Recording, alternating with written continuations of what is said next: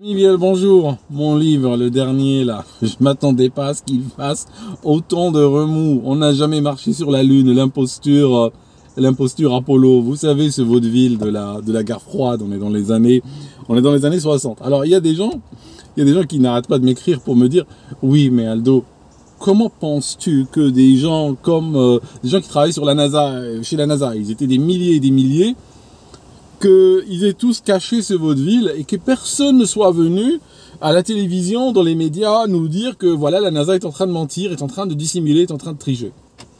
Mes amis, écoutez, je vous parle, regardez, je suis apaisé, je suis de bonne humeur, tout ça. Que vous soyez un témoin d'Apollo, ça signifie que vous pensez, qu'Apollo a existé tel que décrit par la NASA. Ou bien que vous soyez un anti-Apollo, que vous pensez qu'ils ont menti. Ok ? Je vais vous réunir les deux dans quelque chose d'important. C'est pour ça que j'ai écrit ce livre d'ailleurs, parce que ça nous permet d'avoir des conversations importantes. Ce n'est pas une posture citoyenne et intellectuelle viable que de croire que si l'État ou si les entreprises ou les banques ou autres sont en train de manigancer, sont en train de conspirer pour faire quelque chose d'odieux sur le plan éthique, eh bien, forcément et nécessairement, quelqu'un viendra nous le dire à la télé. Ça signifie que moi, en tant que citoyen, je n'ai qu'à allumer la télé, je prends la télécommande, je fais ça, j'allume. S'il n'y a personne qui est en train de parler d'une conspiration, c'est qu'il n'y en a pas. C'est que tout va bien, d'accord ? Ah, je suis rassuré, voilà, tranquille, il n'y a rien à la télé, donc tout va bien. La vie ne marche pas comme ça. Je vous raconte une histoire. Revenons 10 ans en arrière, mettons que nous soyons en 2014, et qu'en 2014, je viens de vous dire, mes amis, vous savez quoi ? Le groupe Volkswagen, eh bien, il y a 11 millions de ces véhicules qui sont équipés d'un circuit électronique qui triche sur les émissions. Ce circuit a un algorithme assez évolué qui détecte quand la voiture est exploitée sur la voie publique, ou bien si elle est exploitée sur un banc de test. Je ne sais pas trop comment le système marche, mais je soupçonne que, parce que sur les bancs de test, il y a des roues qui fonctionnent et les autres pas. Ça signifie, s'il y a une voiture, par exemple comme celle-ci, où le moteur entraîne les roues arrière, on va placer les roues arrière sur un système de rouleau, et puis on va lancer le moteur et les rouleaux vont tourner, et les roues avant, elles seront fixes, elles ne bougeront pas. Donc si je devais fabriquer un système de triche pareil, c'est ce que je ferais. Je comparerais la vitesse des roues avant et des roues arrière ou autre, et puis si je vois que certaines fonctionnent et les autres sont vraiment à zéro de vitesse, j'enclenche le système. Je crois que c'est ce qu'ils ont fait. Bon, peut-être qu'ils ont trouvé une autre technique, mais voilà. Imaginons que quelqu'un, en 2014, vienne me dire « Mais Aldo, mais tu racontes n'importe quoi. Le groupe Volkswagen, c'est combien de personnes ? Le groupe Volkswagen, c'est plus de 600 000 employés. Aujourd'hui, ils sont en train d'aller vers 700 000. Tu veux me dire que 700 000 personnes ont été impliquées dans une fraude qui va sur des véhicules de plusieurs marques du groupe Volkswagen, 11 millions de véhicules vendus à travers la planète, et que personne n'est venu à la télé le dire, qu'aucun sur les 650 000 ne soit venu le dire. Vous pensez que c'est tenable comme posture intellectuelle, mes amis ? Vous croyez que c'est tenable ? Non, ça marche pas comme ça la vie. Ça marche pas comme ça. On peut avoir de grosses manigances, de grosses conspirations qui durent des années, qui impliquent beaucoup de personnes, et vous avez zéro impact. L'histoire de la NSA, par exemple, qui espionnait les Américains. Combien y a-t-il de personnes qui travaillent à la NSA ? Et combien y a-t-il de personnes qui travaillent dans les agences américaines, qui sont en étroite collaboration avec la NSA ? Combien de personnes est venu à la télé parler ? Et il n'a dit que ce qu'il savait, qui n'était pas grand-chose. Ah, Snowden. Comment il a failli finir, Snowden ? Snowden, s'il n'avait pas réussi à se planquer en Russie, il serait aujourd'hui en train de croupir dans une geôle américaine.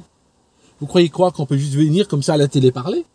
Snowden, il l'a ouvert, il a dû prendre la fuite, ils ont annulé son passeport pendant qu'il était à l'étranger, et c'est de justesse, il faut que je revoie son histoire, c'est de justesse qu'il a pu atterrir en Russie. Et il s'y planque jusqu'à maintenant, il ne quitte pas la Russie et ne la quittera pas jusqu'à sa mort. Parce qu'il sort de Russie, il est arrêté, il se retrouve aux États-Unis. Vous croyez que les gens juste viennent comme ça parler ? Par rapport à l'histoire de Volkswagen, en 2015, éclaté le scandale Dieselgate. Dieselgate a éclaté et il a révélé que 11 millions de véhicules étaient équipés d'un système électronique de triche sur les émissions. malgré les 700 000 personnes travaillant pour Volkswagen, personne n'est venu à la télé le dire, pour la simple raison que 99,99% de ces gens ne savaient pas qu'il y avait ce système. La fraude a duré pendant des années. Les premiers véhicules dataient de 2008, les derniers dataient de 2015. 7 ans de fraude. Personne n'a su. Un boîtier fabriqué à 11 millions d'exemplaires est installé sur les véhicules et personne ne l'a su. Parce que quand il y a une fraude, que ce soit une fraude qui est déclenchée par une banque, déclenchée par un parti politique ou par un État, ils ne vont pas aller dire à tout un chacun. Comme Volkswagen, ils ne vont pas dire aux gars qui sont en train d'installer les pare-brises, ou en train d'installer les rétroviseurs, ou d'installer les roues. Ah, ils ne vont pas aller lui dire, écoute, pardon, stop, arrête-moi cet outil, je vais te dire un truc. On est en train d'installer un système de triche dans le véhicule, donc tu informes tes collègues et puis tu leur dis de se taire, hein, ne dire à personne. Non, ça ne marche pas comme ça. Il y a un système pyramidal de maintien du secret qui fait qu'il n'y a personne qui vient de dire. Quand la bombe atomique a explosé, on l'a su quand? Ben, on l'a su quand elle a explosé. On l'a su quand le Japon a été attaqué. Voilà, en 45, en août 45. C'est là où on l'a su. On l'a pas su avant, il y avait 100 000 personnes qui travaillaient là-dessus, sur le projet Manhattan. Les systèmes pyramidaux, qu'ils soient privés ou publics, ont une très très très grande capacité à garder le secret. Et un truc qui m'a un petit peu chagriné. On a des personnes qui, jusqu'à il y a très peu de temps, étaient en train de dénoncer certaines manigances d'État. Par exemple, des manigances liées à la gestion de la crise sanitaire. On sait aujourd'hui qu'énormément de gens qui travaillent pour les services de santé, énormément de, comme chez nous, on a des ministres et tout ça, qui se sont fait de l'argent comme des porcs. Ils étaient en train de distribuer comment on appelle ça? Ils sont en train de distribuer des contrats publics à leurs amis. D'accord? Ils sont en train de les distribuer, alors que normalement, c'est des contrats qui doivent passer par des appels d'offres, qui doivent passer par des commissions. Vous savez, je travaille dans la vente. L'État, bon, il y a de l'argent avec l'État, mais c'est de l'or pour les braves. Il faut s'armer de patience, et toute personne qui a travaillé avec l'État vous le dira. Ils payent lentement, ils mettent des années à décider, tout ça. Il y a beaucoup de bureaucratie. Là, la bureaucratie, c'était la VIP lane. Hein? On a un ministre de la Santé qui a donné un contrat de plus de 40 millions à un barman, un jeune barman chez qui il allait boire des pots. Voilà. Ok, vous voyez ce que je veux dire? Je vous montre peut-être une photo, si j'arrive à la retrouver cette fois-ci dans le livre. Je vous montre une photo. Regardez, vous connaissez cette photo, elle avait fait le tour du monde. Hein? La reine d'Angleterre. C'est une version pas corrigée. Hein? N'allez pas lire le texte. C'est une version qui n'est pas corrigée. C'est une version bêta. C'est pas comme celle qui est en vente. Mais cette image, avec la reine d'Angleterre portant un masque et toute seule à l'église, le jour de l'enterrement de son mari avec lequel elle a vécu plus de 70 ans, elle était seule parce qu'elle n'avait pas le droit d'être avec quelqu'un. Hein, on voulait parler de la distanciation sociale. Vous vous rappelez à l'époque cette vidéo immonde qui était sortie où on est chez des pompes funèbres, il y a une femme qui est assise seule. Le jour de l'enterrement de son mari, les chaises sont séparées. Et à un moment donné, son fils, il n'en peut plus. Il rapproche sa chaise de la chaise de sa maman pour poser le bras sur elle. Et il y a quelqu'un des pompes funèbres qui vient en courant lui dire de se séparer. Ok? Mes amis, si on croit au mensonge, c'est ça qui est terrible. Si on croit au mensonge, on peut devenir la personne la plus inhumaine de la Terre. Demain, le brave type. Demain, le prof. Demain, le chauffeur de bus. Demain l'épicier. Demain, cette gentille personne qui rend service. Demain, ce musicien extraordinaire. Ce mécano qui est très virtuose. Demain, il serait prêt à déporter des enfants si on lui donnait le bon narratif. Ok? Si on lui expliquait que il faut le faire et puis qu'on lui donne des raisons intellectuelles pour le faire. Demain. C'est pour ça que le devoir citoyen, justement, c'est toujours d'être sceptique envers ce que raconte l'État. Mais je disais, pendant que la reine d'Angleterre était en train, toute seule, ce soir-là, on donnait une fête au 10 Downing Street, à la résidence du Premier ministre britannique. Pendant qu'on disait aux gens, ces mêmes gens qui disaient, il faut la distanciation sociale, eux-mêmes, étaient en train de se réunir dans les locaux des services de l'État, en train de faire des fêtes jusqu'au matin, les services de nettoyage ont dû nettoyer des grosses flaques de vomi contre les murs et sur les tapis, n'est-ce pas? Parce que ça, c'était les restes de la fête de la veille. Ok? Donc, je dis ce qui m'a attristé, c'est que des gens qui ont critiqué, et à juste titre, cette période, viennent m'attaquer moi pour cette histoire, d'accord? Pour cette histoire d'Apollo. Et je veux dire, Apollo, mes amis, c'est même pas compliqué.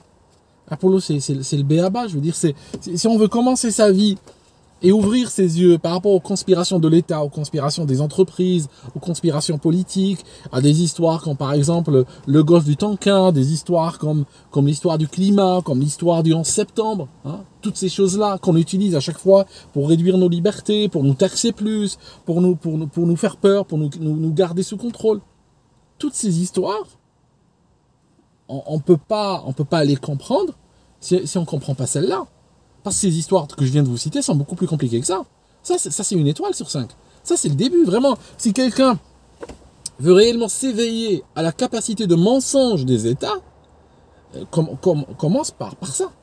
Parce que là c'est vraiment le début. Hein. Quand tu vois comment ils travaillent, alors par la suite, quand tu commences à analyser les histoires du nouvel ordre mondial, et tu commences à regarder comment ils organisent des crises financières, comment ils manipulent les marchés, comment ils créent des guerres sur de faux narratifs, comment ils manipulent les gens par le biais des médias, comment ils les manipulent par le biais du cinéma, comment ils font ils introduisent de force des changements sociétaux par la propagande et tout ça.